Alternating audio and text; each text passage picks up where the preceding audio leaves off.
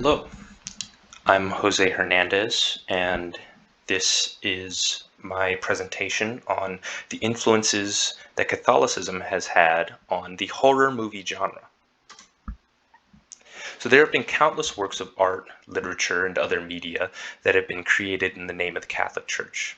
Because of this, pop culture in the West is saturated with references to the Bible and Christianity. What most people wouldn't know, however, is how much influence that Catholic Church has had in the topic of horror. And here we have Dante Alighieri, writer of the Divine Comedy, especially Dante's Inferno, who is essentially the main depiction that most people think of when they think of hell. And here we have St. Augustine of Hippo, which I will mention later. It seems unbelievable at first, considering that most modern Christians would not put any merit into things such as ghouls or ghosts, but something to keep in mind is that these concepts were once widely accepted folk beliefs in Europe. The church had to find ways in order to integrate the beliefs of common people while also supporting the Christian doctrine. As a result, creatures such as werewolves, witches, and vampires became figures that one should fear and avoid reverence to. It was supported that the church could protect one from such evils. So first we have demons. There are few occurrences of demons appearing in the Bible, usually depicted as fallen angels and often represent temptation or corruption. Many Christians don't see demons as necessarily a physical creature as opposed to something symbolic of temptation or sin. That being said, there are Christians who take the Bible's depiction of demons literally. Though it is not common in modern times, there are those who believe that one can be possessed by a demon. Thus the existence of exorcism. Rituals such as this are not common within the Catholic Church, but they have inspired countless horror stories within the media. Much of how we view demons today stems from early folklore and legends from pre-Christian traditions. As a part of the conversion of the common folk, the church had to find ways to contextualize the local beliefs and superstitions in a Christian perspective. As a result, many of these beliefs were labeled as evil or dangerous, and most importantly, the antithesis of God. In this way, people are discouraged from acknowledging these spirits and instead look to God for protection. Now, in early times, usually the devil was depicted sort of like this, more of a monster of sorts, in a way where it's like, well, you're not going to listen to someone who looks like that. It's easy to see them as evil. However, as time went on, you have pieces like Paradise Lost, which was one of the first works to depict the devil as more a human figure. Another thing about Paradise Lost is that it's one of the first epic poems to be written in English, making it even more popular now. But in this story, the devil is portrayed more sympathetically. He seems more human in ways, in a way that he's much more likely to be tempting.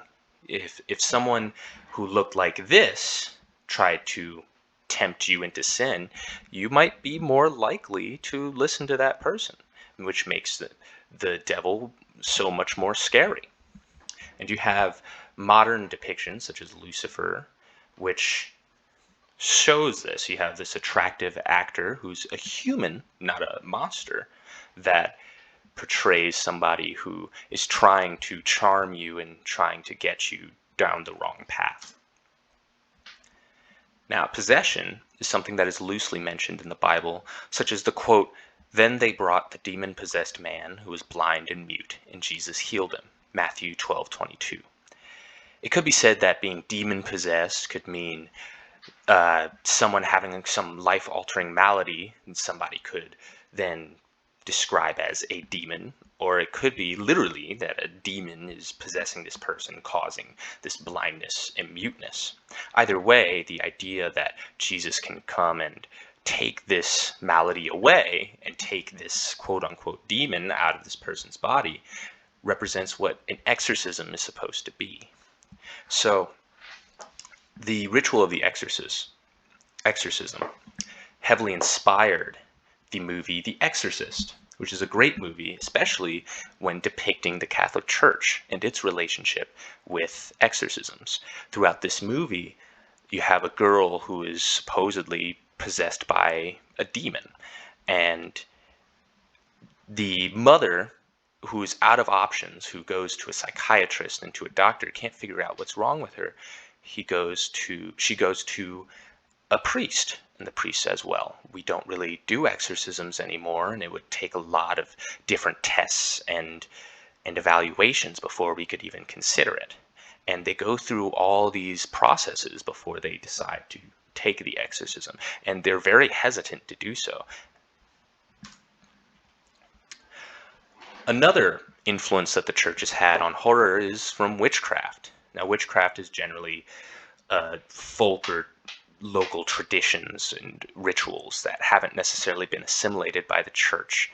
These are things generally looked down upon by the church, especially in the medieval times, as these weren't things that really were in line with Scripture.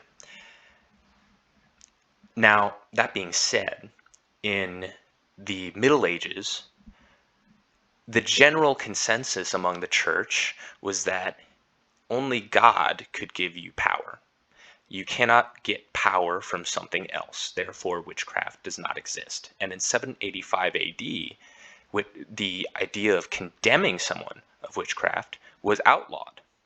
However, in 1485, a man of the church by the name of Heinrich Kramer wrote a book known as Malleus Maleficarum.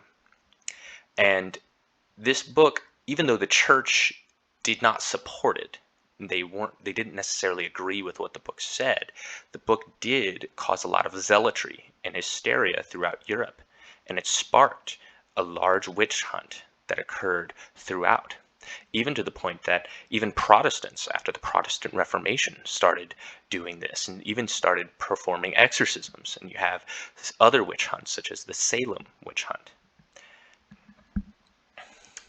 And a lot of the descriptions of witches in the Malleus Maleficarum and the witch hunts afterwards pretty much made up how we see witches now in movies like The Wizard of Oz or The Witch or The Blair Witch Project. Along with witches, surprisingly related to these same witch hunts were werewolves, which were also mentioned in the Malleus Maleficarum.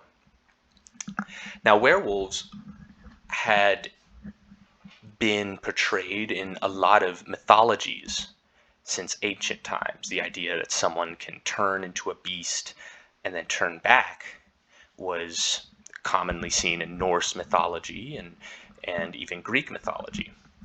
However, these mythologies and superstitions were so old that the common people had a general consensus that this was a real thing. And the church didn't want to support that, but they also didn't want to invalidate the experiences of the common people, as it would make them very hard to believe for other things. And you find in The City of God by St. Augustine, he mentions some of these legends, such as the story of Circe, who transforms Odysseus's companions into beasts. Now, what St. Augustine tries to do is puts these stories in a different context. Instead, these are practices or states in which are the antithesis of God. And so you don't want to revere these things. You don't want to be around these things. You want to avoid these things. And what's going to protect you from werewolves and witches? Well, God's going to protect you. So you should go to church and you should follow God's practices.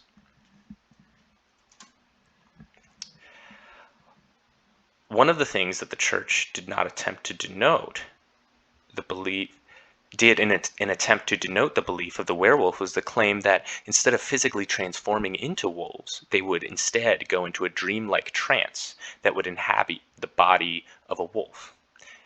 A result of this, however, were many people claiming to be werewolves in their sleep. In 1651, a man named Hans in Livonia, modern-day Latveria, was accused of being a werewolf. He was tortured and then confessed, saying that the devil had given him the power to become a werewolf in his dreams, and he was executed. But another story shows a different side. Theus of Kaltenbrunn was also accused of being a werewolf. However, Theus believed that his werewolf abilities did not come from the devil, but from God. He claimed that as a werewolf he would travel to hell and fight witches, which alludes to an Italian group known as the Benandanti, which essentially believed the same thing, that they would travel to hell in their sleep and fight witches and followers of Satan. Now, these people often conflicted with witch hunters at the time because they would often hallucinate or dream of somebody that they knew being a witch and fighting them in hell, and then as they woke, they would accuse these people of being witches. And you see a lot of these superstitions in movies like The Curse of the Werewolf, where you have some superstitions where if you were born on Christmas, you are more likely to be a werewolf. Hence, the plot of this movie. So I think it's surprising to think of all the influences that the Catholic Church has had on popular culture. But to think that the Church has had an influence on things so obscure like werewolves is fascinating. In some ways, the Church was successful in discouraging many of these beliefs and superstitions, as we now view things such as ghosts and werewolves as mostly fairy tales and good sources of media. And someone who enjoys horror movies, it's really delightful to learn about the origins of these tropes and of these things that we find in a lot of pop culture. So here are my sources. Thank you for watching this presentation. And that is it.